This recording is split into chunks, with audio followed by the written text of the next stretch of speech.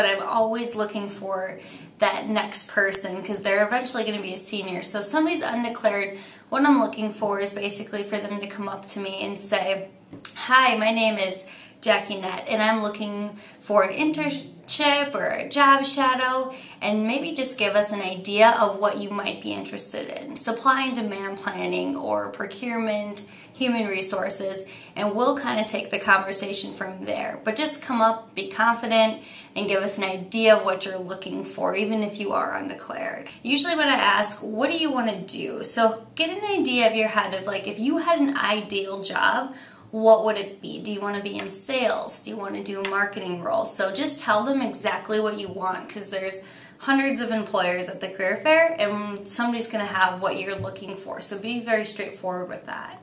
One of the most important things when you're talking to somebody at a career fair is to have energy, have some enthusiasm. Don't just walk up to them and say, "Here's my resume," and be dull about it. Act excited. The employees are excited to be there.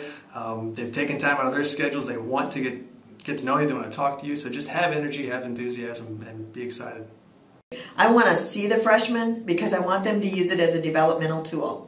Okay, so I want to see them come to our career fair booth, show that they can talk to the people that work for us, mainly for them to get experience, get comfortable in their skin, coming up to an employer, that when they want to come up as a junior or senior, apply for a position, that they already have the skill and confidence they need to do that, and that they don't get looked over because they haven't used this opportunity.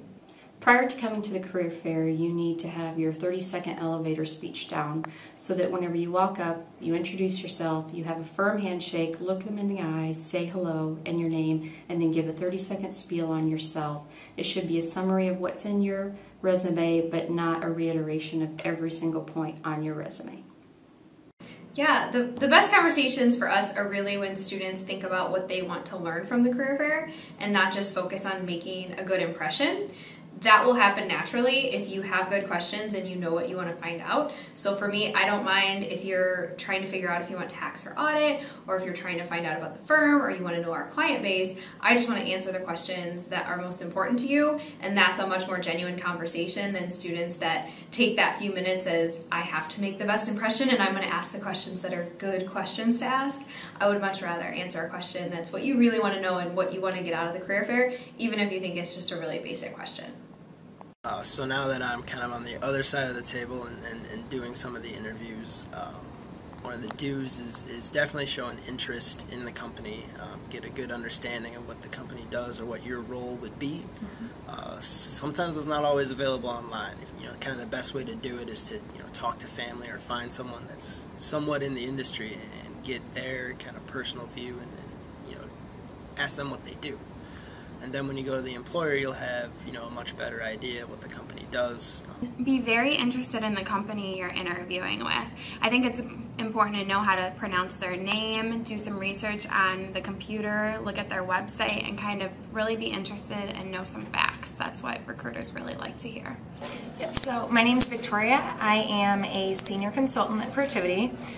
Some questions that are good to ask whenever you go to career fair are what they do on a day-to-day basis, how much traveling they do, what types of clients they have, what type of work. Is it IT stocks work? Is it data privacy? Is it something like doing pen tests? There's lots of different things that different people do in different organizations. So I really like finding out what's unique about the company, what differentiates them from other companies, what sort of extracurricular activities happen outside of the job beyond just your day-to-day.